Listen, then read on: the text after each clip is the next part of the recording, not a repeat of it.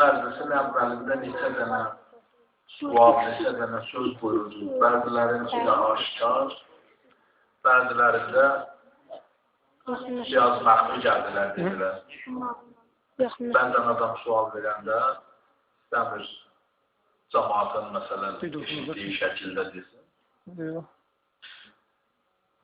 Həm o sualları nəzərə alıb, həm bu gecənin haqqının əda olunmağını nəzərə alıb, həm siz əzizlərin evinizdən zəhmət çəkib gəlib əyləşirsiniz burada, bu zəhməti nəzərə alıb. Mübarək Qur'an-ı Kərimdən bir dənə ayə, ən məşhur, ən çox bildiyimiz, tez-tez eşitdiyimiz ayənin birini oxumuşam və onun müqabilində təfsirçilərin, alimlərimizin, üləmalarımızın dedikləri, yazdıqların siz əzizlərlə bölüşmək istəyirəm. Və o suallar ki verdiniz, o sözlər ki xəbər aldınız, təkrar-təkrar o sualların da cavabları ilə bu ayənin içərisindədir. Əslində Allah Zülcəlal mübarək Qur'anda buyurur ki, yaşdan quruya hər nə söz, hər nə sual desiniz, Qur'anda var cavabı. Əgər bir dənə Qur'andan məsələnin cavabını tapa bilmirəmsə, o mən Mollanın günahıdır. Amma Allah öz Qur'anında deyir ki, hər nəyin cavabını axtarsın, bu mübarək kitabda vardır. Allah Zülcəlal Surə-i Bəqərənin əvvəlində buyurur ki, Zalikəl kitab-ı la rəybə fihi hudən lil-muttəqin. Heç şək və şübhə yoxdur ki, bu kitab hidayət eləyəcək, düz yola çıxardacaq, düzlüyə yönəldəcək o adamlar ki, pəhrizkardırlar, özlərin günahdan saxlayandılar. Bayaq vurğuladığımız, bayaq danışdığımız mövzunun bir növ davamı da ki, davamı kimi də bunu qəbul edə bilərik. Bir dənə ayə deyib Allah-u Zülcəlal, amma bu ayənin içərisində 4-5 dənə sözdən istifadə edib, Xəllaq ləm yəzəl və bu 4-5 dənə sözün hər birinə ayrı-ayrı məna vermək, hər birini düşünmək üçün ayrı-ayrı sözünün barəsində söhbət eləmək lazımdır ki, Qur'anı Allah buyurduğu kimi biz başa düşə bilərik. Əvvəlinci sözü bu ayə-i şərifədə Allah-u Zülcəlal Qur'anı bizə tanıtdırır. Bilirsiniz, bu Maha Məhərrəmdə Həzrəti İmam Hüseyin ağanın müsibətindən danışılır. İmam Hüseyin ağanın başına bu müsibəti gətirənlər xarici məzhəb görürdü ki, başqa millətdən də görürdü. Elə ərəb idi. İmam Hüseyin Əleyhisselamın bilirsiniz öz millətindən.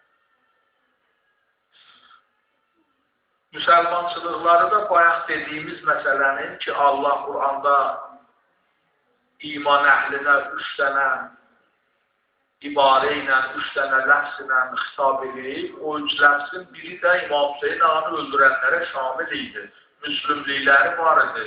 Yəni, onlar da deyirlər, Allah var, Peyğəmbər var, bu İmam Hüseyin də onun nəvəsidir o Peyğəmbərin. Yəni, dolayı yoluna müsəlman idilər.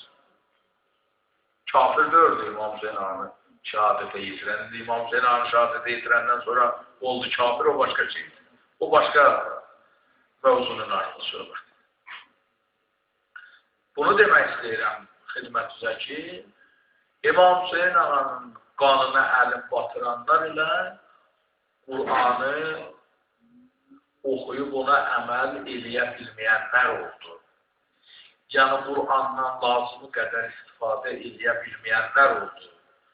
Qur'ana qail ola bilməyənlər, Qur'anın içərisindəkiləri öz həyatlarına buraxmayanlar oldu.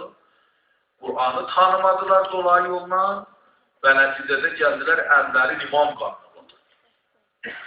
Ona görə Qur'anı tanımaq müsəlmanın ən ümdə vəzifəsidir. Heç də təsadüfi deyil ki, Qur'anın ən böyük surəsinin, elə birinci ayəsinin birinci sözü də Qur'andan bəhs edir. Allah Zülcəlal buyurur, Zalikəl kitab, bu kitab, yəni bu Qur'an, heç şək şübhə yoxdur ki, düz yola çıxardacaq özün günahdan saxlayanlara. Qur'ana əməl edənlər. Bu ayənin əvvəlindəki, Qur'anımızın lap əvvəlindəki bu sözün, bu kitabın, bu mübarək Qur'anın barəsində Peyğəmbər Həzrətlərinin çox dəyərli bir dənə kəlamı var. İstəyəm onu da deyəm, sonra ayənin dalını deyəm. Peyğəmbər Həzrətlərindən xəbər aldılar. Ya Resulallah, biz neyliyək, nə tür yaşayaq ki, dünyamız da olsun ahirətimizdə. Çətin işdir, ha? Çətin işdir, insan həyatı belə qura, həm dünyası olur, həm ahirəti. Elə bu qanuna riayət eləyə bilməyənlər, bu işin öhdəsindən gələ bilməyənlər də nəticədə gedib cəhənnəmə düşür də. Bəzi insan elə çalışır ki, dünyası da olur, ahirəti də. Bunun öhdəsindən layiqincə gələ bilmiş, dünya Allah'dır, insanı nəticədə gedir cəhənnəmə düşür. Amma Həzrəti Peyğəmbər sallallahu aleyhi və səlləmdən ərəblər xəbər aldılar. Ya Resulallah, neyniyək dünyamız da olsun ahirətimizdə? Amma dünyada da biz istəyir yaxşı yaşayaq. Hamı istər yaxşı yaşasın da, belə deyil. Həzrət Peyğəmbər Qur'anın barəsində bir hədis buyurur. Alimlərimiz, ravilərimiz, mütəxəssislərimiz buyururlar ki, nə qədri söz deyilsə bundan sonra Qur'anı Peyğəmbər vəsf elədiyi kimi də elə bir söz tapılıb deyilə bilməz ki, Peyğəmbər onu deyil.